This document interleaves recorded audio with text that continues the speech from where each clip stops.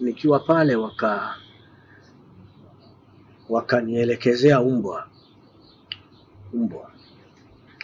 Kulikuwa na maaskari wawili wenye umbwa.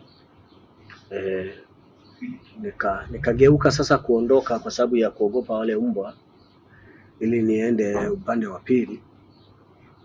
Nikataka kuvuka ng'ambo ya barabara. Wale umbwa wakawa wameni attack kwenye mguu wangu mmoja huu wa kushoto. Naweza mkaona kuna majeraha yako mbele hapa na nyuma. Mbwa akawa amenikamata. Sijafanikiwa kumsaidia yule dada, nilisikia anaitwa ni Eliza. Yes, a white girl. Mbwa akawa amenikamata pale. Trouser ambayo nilikuwa nimevaa ikawa imekatika.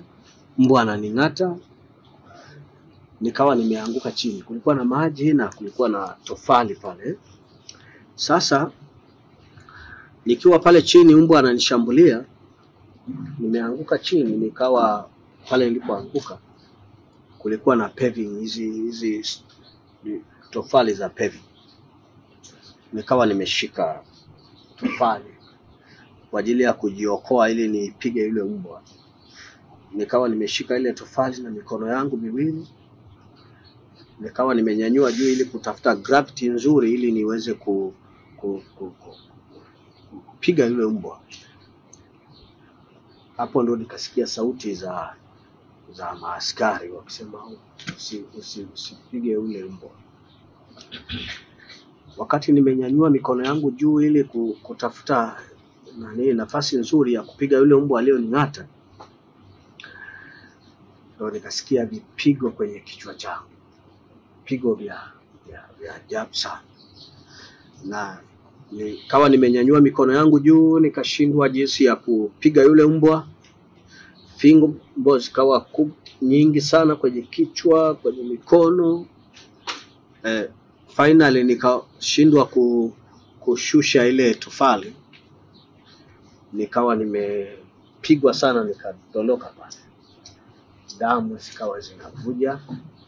Kitu nilichokiona kwenye mikono yangu ni damu zimejaa. Nikawa nimekaa pale na mbwa wakawa wananing'ata kwenye miguu, na wakaleta mbwa mwingine kushughulika na mkono wangu, mguu wangu mwingine huu wa pili. Miguu ina majeraha, mnaweza mkaona tu mbele nyuma. Kitu kilichonishangaza sana,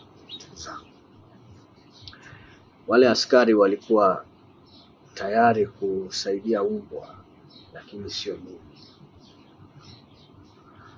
Walikuwa tayari kusaidia mbwa yule nisimpige, lakini mimi nipate majeraha.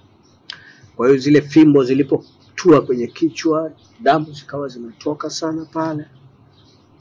Nikawa nimeanguka pale, then nikatulia. Mbwa wanaendelea kung'ata miguu yangu.